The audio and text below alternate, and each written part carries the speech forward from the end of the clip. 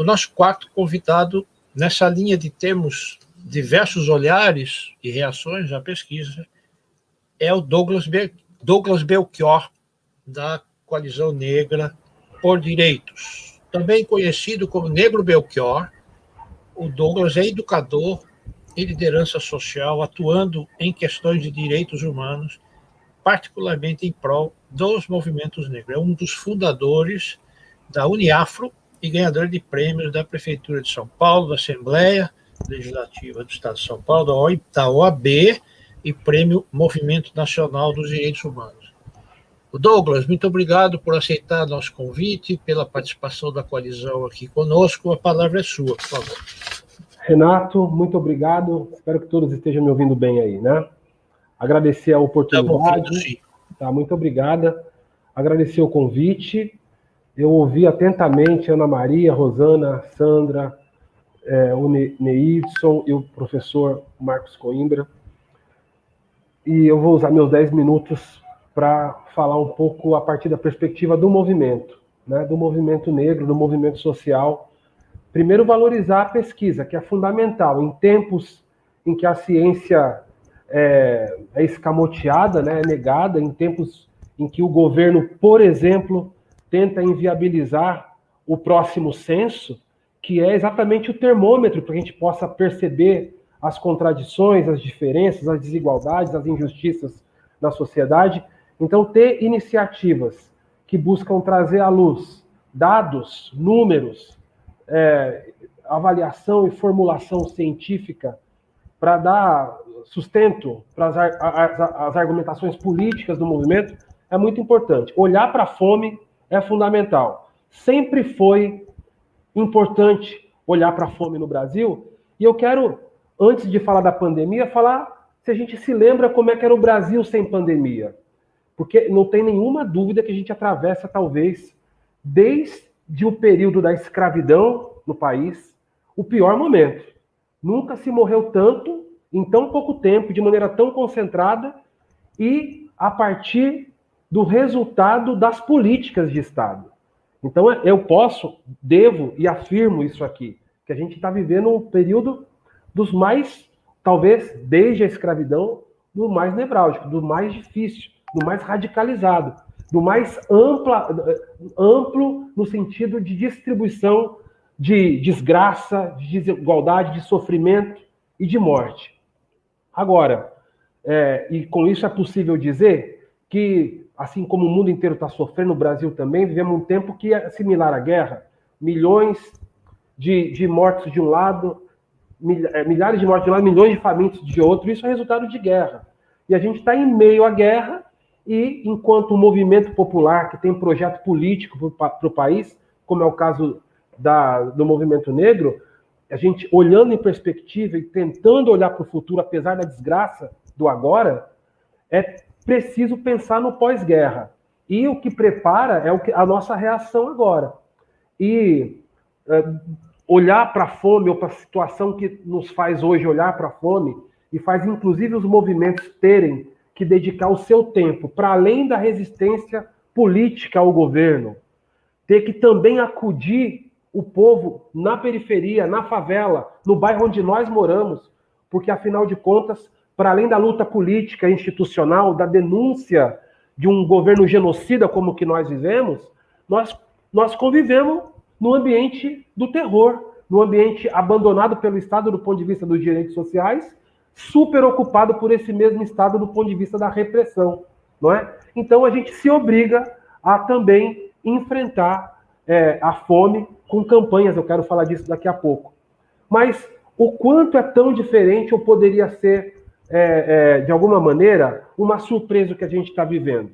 E aí é importante dizer, falar do quanto há símbolos que são terríveis, que devia fazer a gente corar de vergonha, vergonha de ser brasileiro, vergonha de estar num país que promove o que esse país promove, né? Porque, veja só, desigualdade social, desigualdade no acesso à educação, desigualdade no acesso ao trabalho formal e renda, sempre foram marcas da sociedade brasileira, desde sempre. Desigualdade no sentido do acesso a bens materiais, culturais, e todos esses elementos, eles correspondem, uma vez atendidos, ao alcance de uma sociedade onde as pessoas têm suas necessidades básicas atendidas, logo sem fome. Como a gente vive um país que promove ações ao contrário desses elementos que eu disse aqui, nós temos um país com fome, e desde sempre com fome. A fome nunca deixou de ser um elemento presente e preocupação política do grupo, dos campos populares no Brasil. Em 2018, a gente tinha 5 milhões de pessoas em estado de desnutrição. Não tinha pandemia ainda. É agora há pouco. Nós aqui estamos entre pensadores, pesquisadores, sabemos disso. Do ponto de vista do acesso à educação, que é um elemento fundamental de enfrentamento à pobreza, o Brasil tem 13 milhões de pessoas em situação de analfabetismo. É a 8ª economia do mundo em PIB e é o país que ocupa o número 79 no Índice de Desenvolvimento Humano. E se a gente estratifica isso racialmente, a gente teria 2 países. Um país equivalente a um país eventualmente rico, milionário, da ponta da escala econômica, esse país branco, e um outro país na ponta de baixo, se a gente estratificasse racialmente as condições de índice de desenvolvimento humano no Brasil. Isso deveria mobilizar nossas atenções, porque isso promove, isso gera fome, não é? O acesso à universidade, que é desproporcional, a presença no ensino médio, homens brancos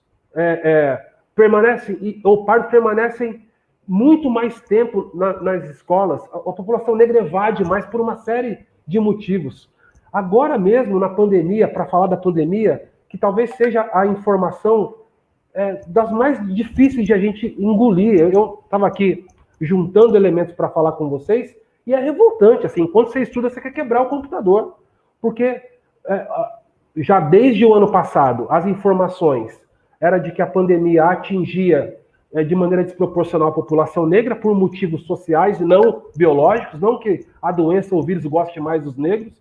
Essa informação chega para o Brasil não a partir de um olhar para a pandemia no Brasil, essa informação chega no Brasil porque repercute o mesmo fenômeno nos Estados Unidos, e aí sim vai se olhar para isso no Brasil, e é aquela população que também tem menos acesso aos cuidados, é aquela que morre mais, portanto, e quando tem vacina, e talvez esse seja um elemento absolutamente simbólico do momento que a gente vive, o Brasil tendo atendido menos de 10%, ou coisa de 8 milhões e meio de pessoas vacinadas, né? 2 vezes mais pessoas brancas vacinadas do que pessoas negras. O que é que essa informação tem a nos dizer? O que essa informação tem a nos contar?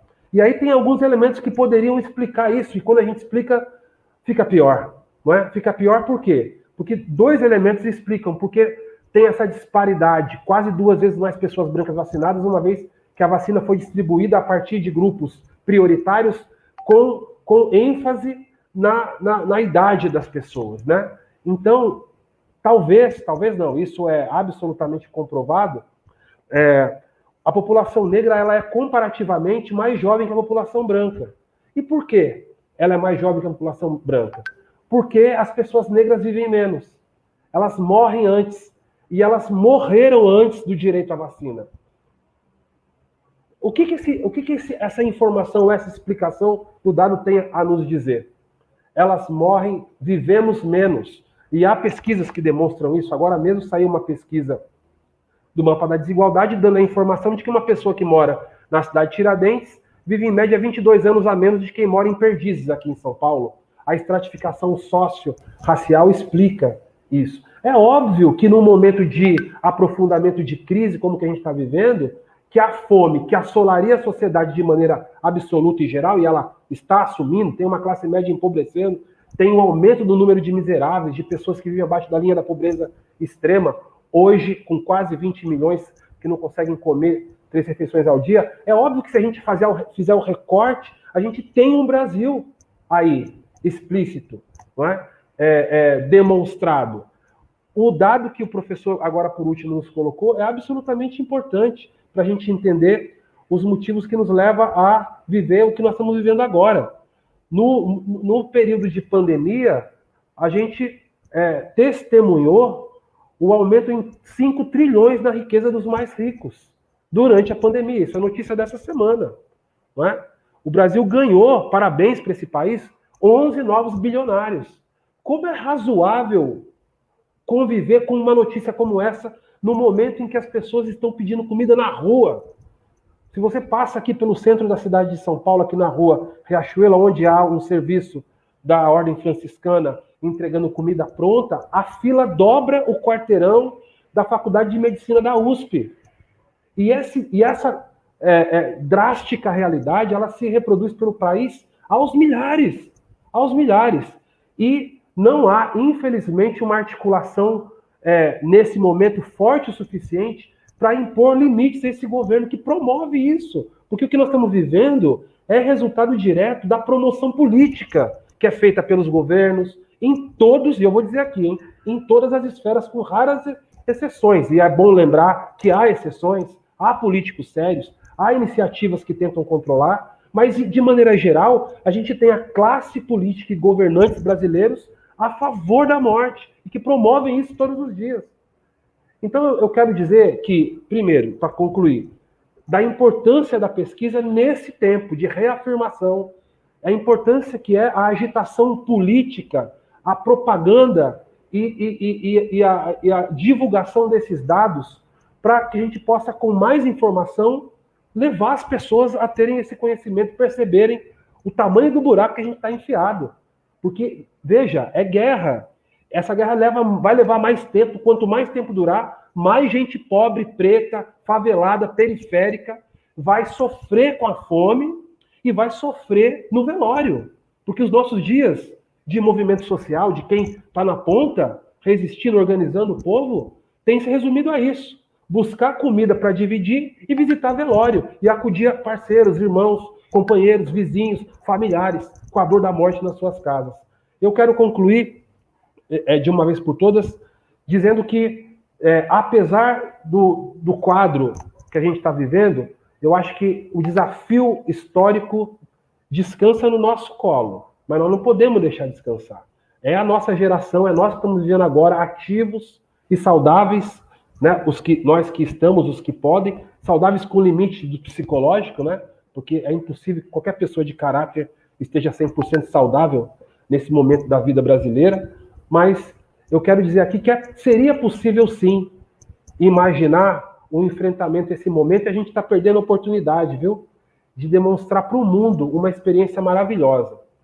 Eu fico imaginando como a gente poderia conceber, assim, qual seria a melhor reação. Nós estamos perdendo a oportunidade de colocar todo o serviço público, inclusive o da segurança pública, numa grande ação de mutirão de solidariedade. A gente poderia, sim, se houvesse vontade política, emplacar um lockdown total, como disse a minha colega anterior aqui, de pelo menos 21 dias, com caminhões lotados de comida, com o exército, com a polícia, com os bombeiros, entregando comida nos bairros, garantindo a permanência das pessoas nas suas casas, com comida na mesa, com isenção total de pagamento de conta de água, luz, com distribuição de gás, com acompanhamento de agentes populares de saúde, que o Brasil tem uma experiência fantástica de atuação em comunidades, acompanhando as famílias, as pessoas com sintomas, já que o sistema de saúde está colapsado. Tudo isso seria possível num grande esforço nacional, inclusive chamando a responsabilidade do setor privado, que devia gastar parte desses lucros desonestos, imorais que eles acumularam, para financiar comida e remédios e cuidados e acompanhamento, para que o próprio setor público brasileiro desse conta de garantir as pessoas tranquilamente, minimamente confortáveis e com a barriga cheia nas suas casas. A Coalizão Negra por Direitos, a qual eu convido vocês a conhecerem, tem feito uma ação efetiva em relação a isso. Não desistimos de dar fim a esse governo. Esse governo é comprometido com a morte. Não é possível a gente aguentar mais um org tocado por movimentos sociais brasileiros. Nós estamos construindo a CPI do povo, já que o parlamento se acovarda e é cúmplice do genocídio do governo Bolsonaro. O povo vai fazer a CPI e nós vamos condenar e derrubar esse governo. E a grande campanha de apoio humanitário que o movimento negro está puxando no país inteiro, que se chama Tem Gente com Fome, inspirada na poesia de Solano Trindade. Tem gente com fome, se tem gente com fome, dá de comer, na ação mapeada em todo o país, para que a gente possa levar comida, mas não apenas. Cada entrega de cesta básica promovida pelo movimento negro é um protesto. É um protesto porque a gente não queria estar fazendo isso, porque é uma vergonha que a gente tenha que mobilizar esforços para levar comida para milhares de famintos. Isso é papel do governo, é papel do Estado, e nós não podemos abrir mão de cobrá-lo por isso. E essa pesquisa, ela reforça a nossa atuação cotidiana nas periferias, nos guetos, nas favelas, nos bairros negros, nos territórios negros brasileiros. Muito obrigado. Muitíssimo obrigado, Douglas, por essa fala, como muitos aqui disseram.